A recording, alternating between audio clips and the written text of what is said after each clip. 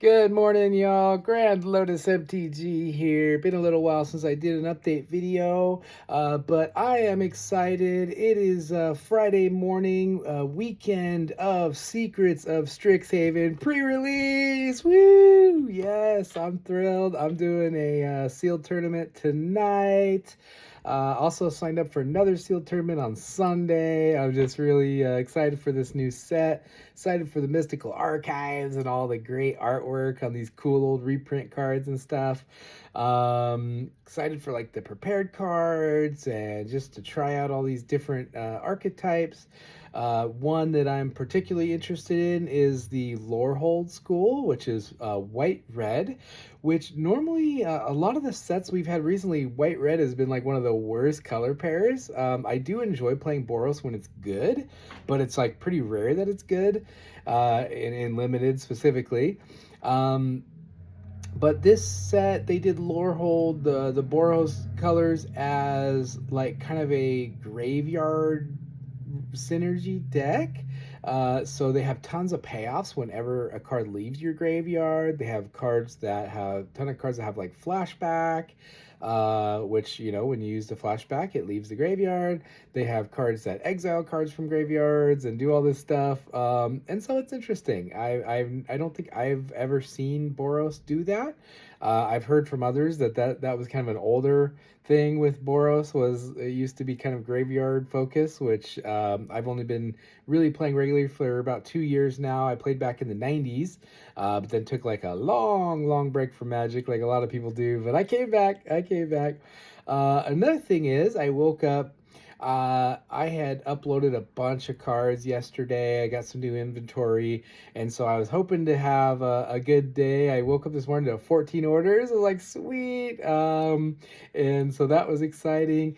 And then we're sending out a big one today. We are sending out the Serendib Ifrit from Arabian Nights. This is one of the most valuable cards that I had for sale on there. This is like a $500 card, which seems kind of crazy. But basically it's a 3 mana 3/4 flyer, and it does 1 damage to you on your upkeep. So very powerful card. They're like flyers are strong in general. Today with power creep, this would probably be like a 5/5 with trample flying or something for that, but still just a great card. But one of the cool things about this card, if you look up at the mana symbol, you'll see the two, it's two colorless and one blue. You'll see it's very dark. And one of the interesting things about Arabian Nights was there was something going on with the printing where some of the cards got printed with a very dark, colorless mana symbol, and some of them it was like normal. And so when you look up the one of the things when I was uploading some of these Arabian Nights cards to Tcgplayer, I noticed there was a price for, like, it'd say Serendib Ifrit Light, Serendib Ifrit Dark. And at first I was like, what does that mean? Because, I played back in the 90s. I remember seeing Arabian Nights cards. I remember having those dark mana symbols, but, it'd been so long. When I was uploading to I was like, well, how do I tell the difference? And I started looking at the cards, and then I realized, oh, it's the mana symbol. The mana symbol is like super dark on some of them, and that's just cool. I don't really know of any other set that happened like that. And I could be wrong, but that's the only set I know of that has the light and dark mana symbols like that. And it's not like, so for example, I had a couple, like, let's say it was like Aladdin or something.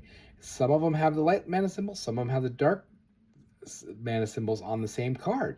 So it's kind of interesting that, back then Magic, these Arabian Nights was in like 1993, the first year of Magic. It was the first expansion set of Magic after Alpha and Beta.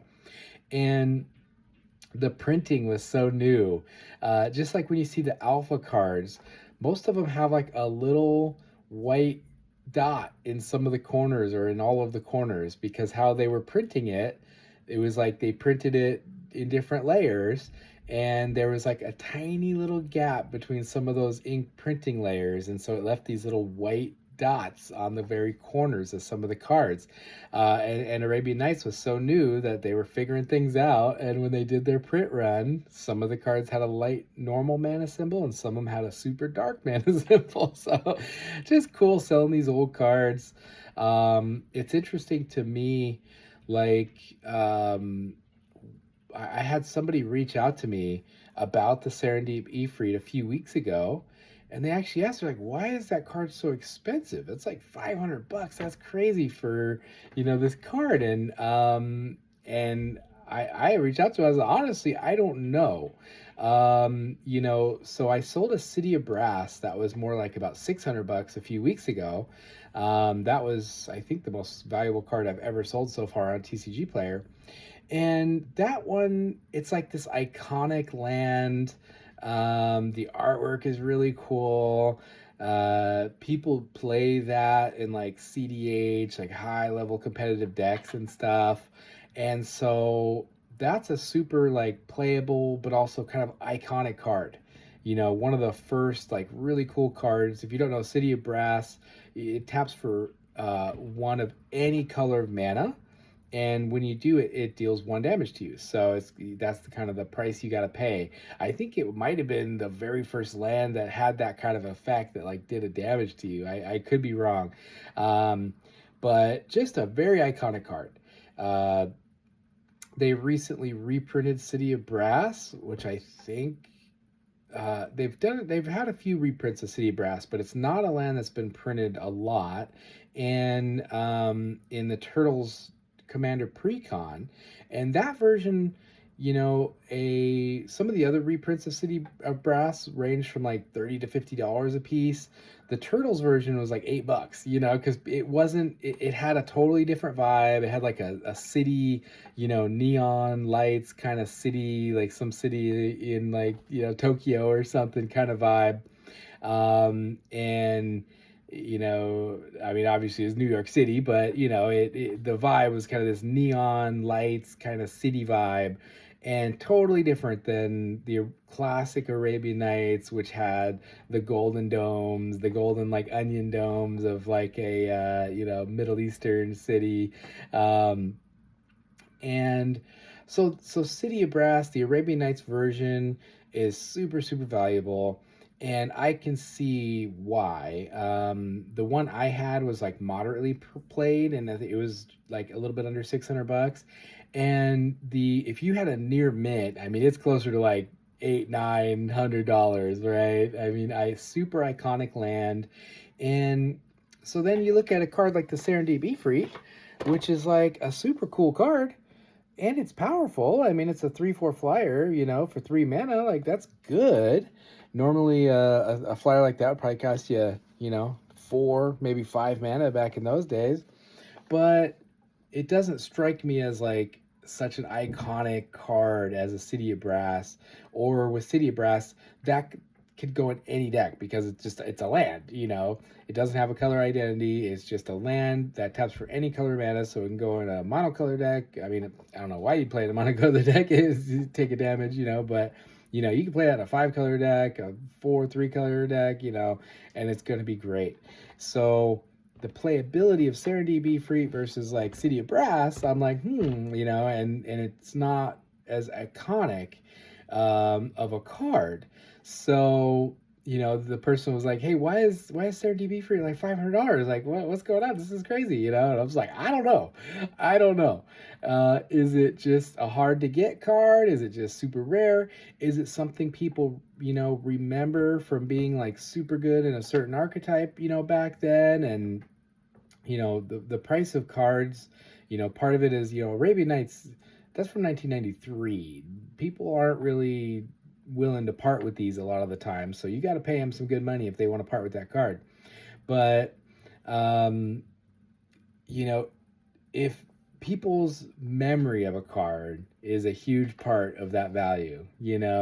Think of something like, the Shivan Dragon or something, where back in the day you're just like, yeah, Shivan Dragon, or, so these cards, if you remember it, or if it was part of this super good archetype at one point or something, it can hold a lot of that value through time, even though maybe that archetype no longer exists or no longer is really played. But I don't know. I don't play the old formats. So maybe I've been hearing a lot about pre-modern, um, which, if I'm remembering correctly, kind of goes from like early Magic days up till like 2010 or so, if I'm remembering correctly. I haven't played pre-modern, but I've heard that pre-modern is becoming really popular, and that's creating some demand for these older cards that normally aren't really played as much and so don't sell as quickly. So yeah, maybe that has something to do with it. But yeah, Serendipity Freak going out today. Lucky new buyer. Thank you. If any of my Tcgplayer customers are watching, I want to say thank you. We're up almost to 500 orders now, so we're just cooking. Um, well, if you've made it this far in the video, thank you for watching. Thank you for following along.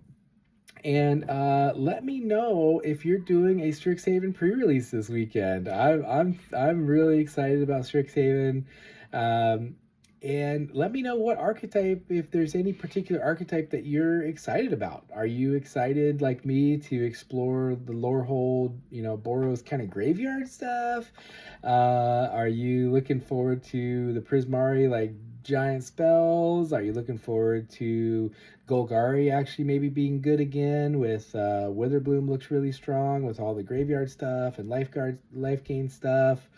Are you looking forward to maybe another black-white aggro deck being really good?